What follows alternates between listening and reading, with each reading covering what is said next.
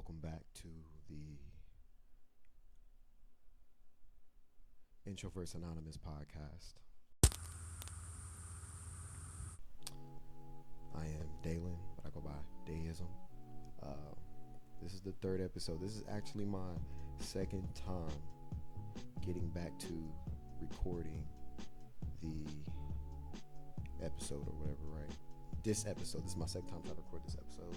The first time, my audio OBS kept messing up and everything, so we're not even gonna worry about it.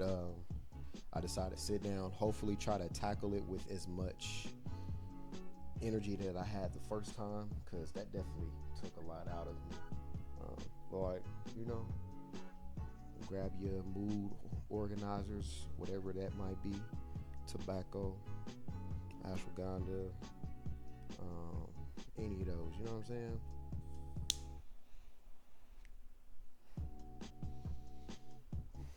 Whatever that might be, right? Whatever gets your mood right.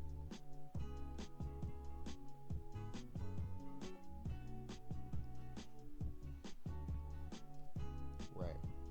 So, I'm 2 weeks removed from my trip that I took that was so transformative or whatever on my psyche and removing my writer's block and helping me kind of see my relationships, whether romantic or platonic, in a new sense, how I approach dating and forming new relationships, and my relationship with myself, right? So that's kind of one that I wanted to talk about today was relationships. It seems to be something everybody has a problem with to some degree, and I like to think about how relationships, no matter how hard you work,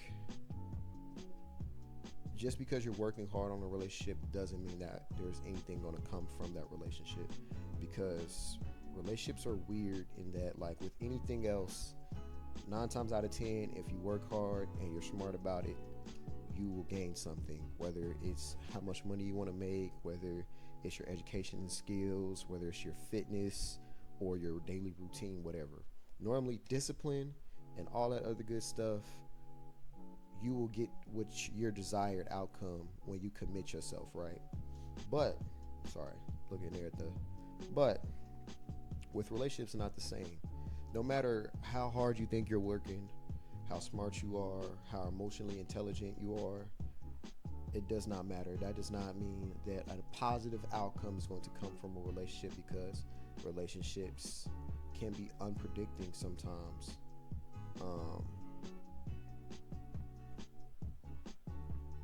And sometimes they're very predictable. Like you can see, like the steps that two people in a relationship could be taking that's leading to a demise or a positive. Like sometimes certain events have played over and over and over, which is another thing. We kind of all run into the same road bumps in our relationships, even if we might have heard or seen it play out before. That is the weird and complex thing about relationships. So now, understanding that, I'm more of a student to learning how to interact in my relationships, like a lifelong student. Like I'm going to be constantly learning new things when engaging with relationships. And I feel like once you accept that, I know once I accepted it, it made me not look at the failure of relationships, whether platonic or romantic, their outcome, like I don't look at them as negative as I used to, right? So the first thing I wanted to talk about was anxious attachment styles, right? As a steadily recovering anxious attachment style, I've definitely bumped my head a lot of times over the same exact thing, trying to unlearn certain things that caused me to develop this type of attachment style, right? So the first thing I want to talk about, typically the root of an anxious attachment style is inconsistent caregivers. So your caregivers, from the way I understand it, I'm not a mental health professional, just from the way I understand it, your caregivers being inconsistent with how they parented you, the amount of love, the amount of attention they showed you. Um, Sometimes you might have felt like you had to act out, or you had to perform or do a certain thing just to get their attention. So in anxious attachment styles, how I see that play out in mine, or play out in the ones that I see, is sometimes you get this unnecessary, or this, I don't know how to say it, you'll get this notion that is not being supported by anything, that the person you are speaking with does not want to speak to you, or they don't want to be friends with you, or they don't want to be your girlfriend, or don't want to be your boyfriend, right? Or they're trying to separate themselves from you. So you'll do things to try to close that gap. Now, a lot of the times, people with an anxious attachment style will attract, going into our next topic, people that are more, it's like the opposite of the avoidant attachment style, right? Anxious attachment styles and avoidance are what a lot of what I've tended to attract in both my platonic and romantic relationships. Avoidance, this also, the root of this can be found in a relationship between you and your caretakers.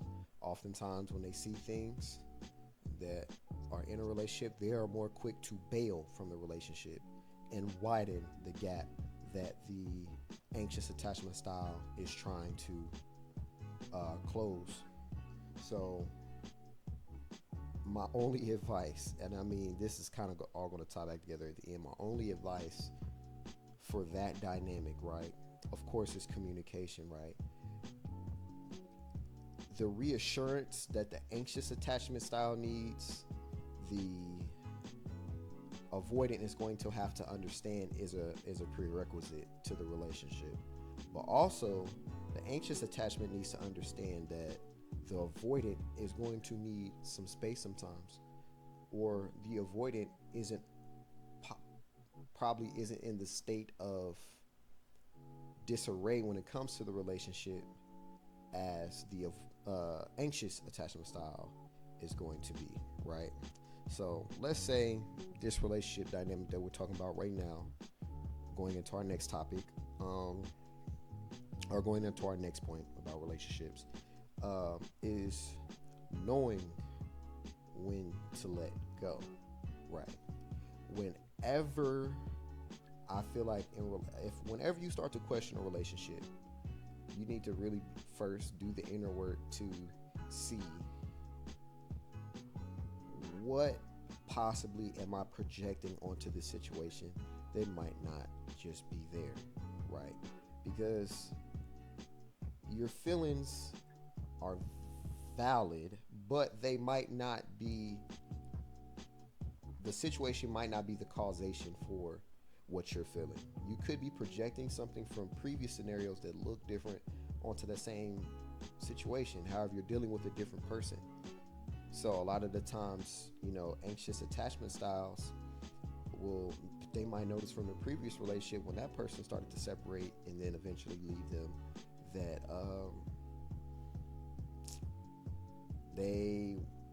I don't know, let's do something easy, like we're on their phone more, right? And then you run into the next person and they're on their phone a lot. Your feelings are valid because that previous situation scarred you. However, they are not relevant.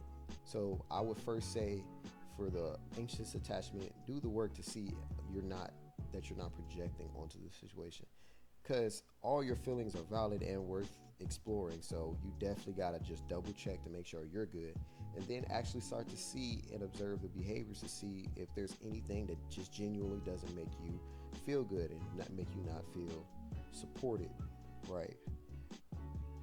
Because like we said, communication is key. So of course, hopefully you're in a safe space to bring up what you're speaking about with your partner, right?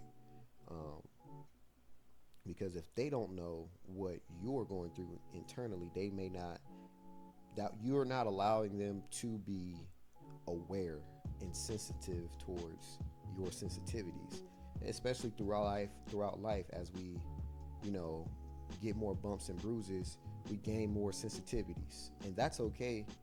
We just have to find people that are willing to accommodate those sensitivities, because everybody has them, right? It's just finding who will accommodate that, right? Ask trusted ones, are you tripping? Like, if people around you are people that you know and trust, they know you enough to know, like, they might know, hey man, every time this situation comes up, you react the same way. But it don't always mean that. Maybe they can give you that outside perception that things might not be in as much of a critical state as you might believe, right? I would, of course, watch out when doing this option, that make sure you're speaking to someone that does not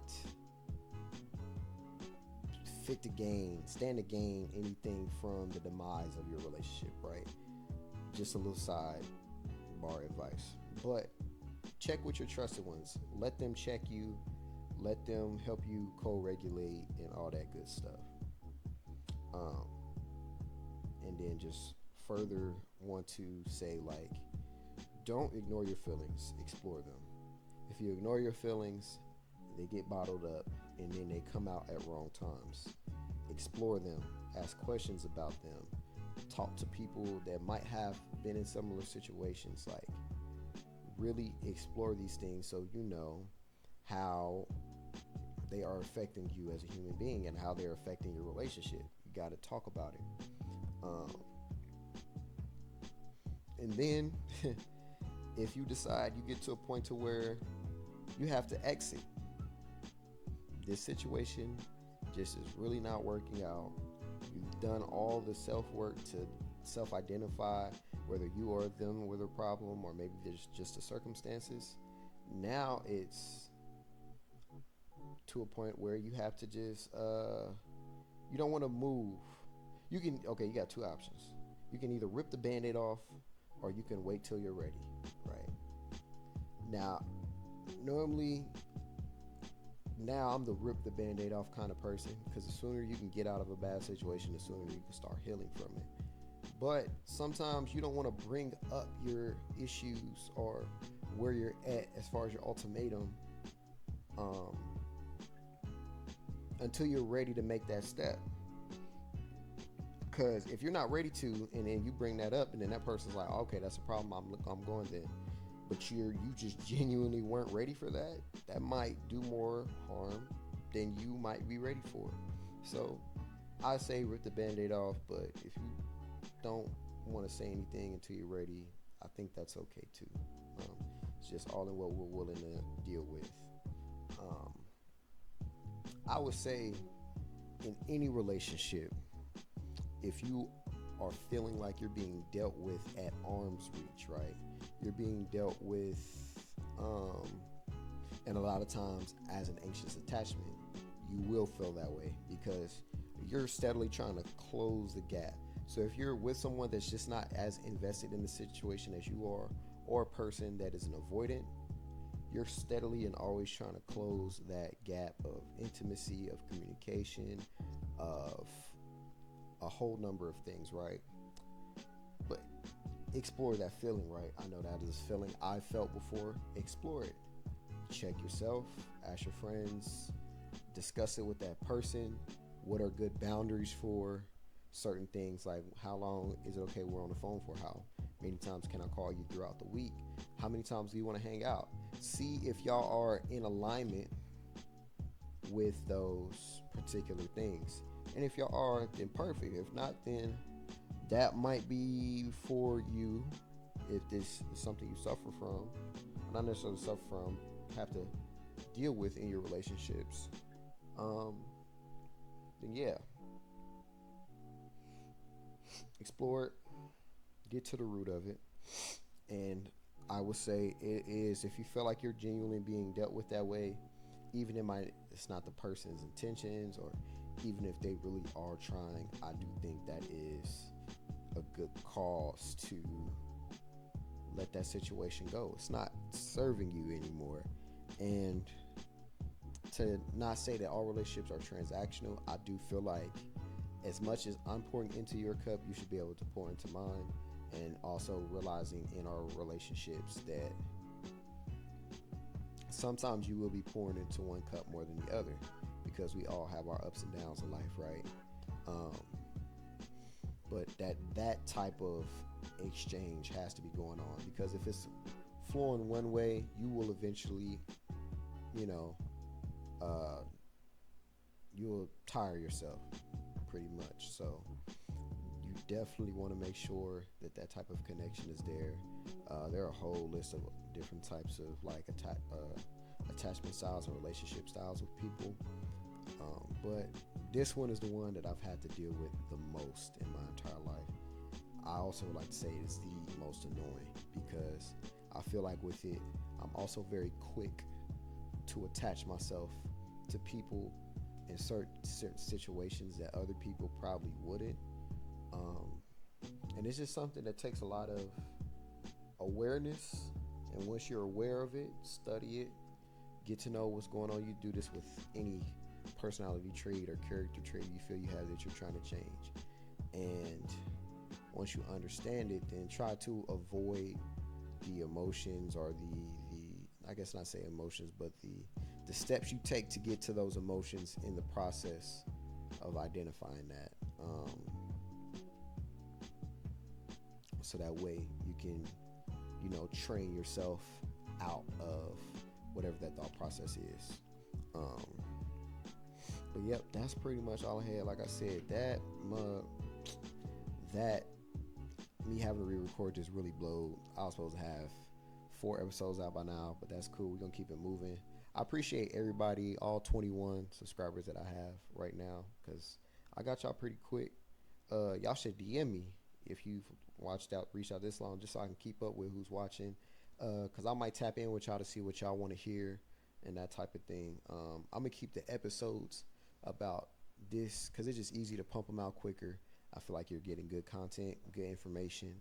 Because I don't want to kill y'all with like an hour, 2 hour, 3 hour long videos. Maybe here and every once in a while, maybe when I start doing these interviews. But for right now, that's all I got for you. Appreciate you for coming in, and peace out.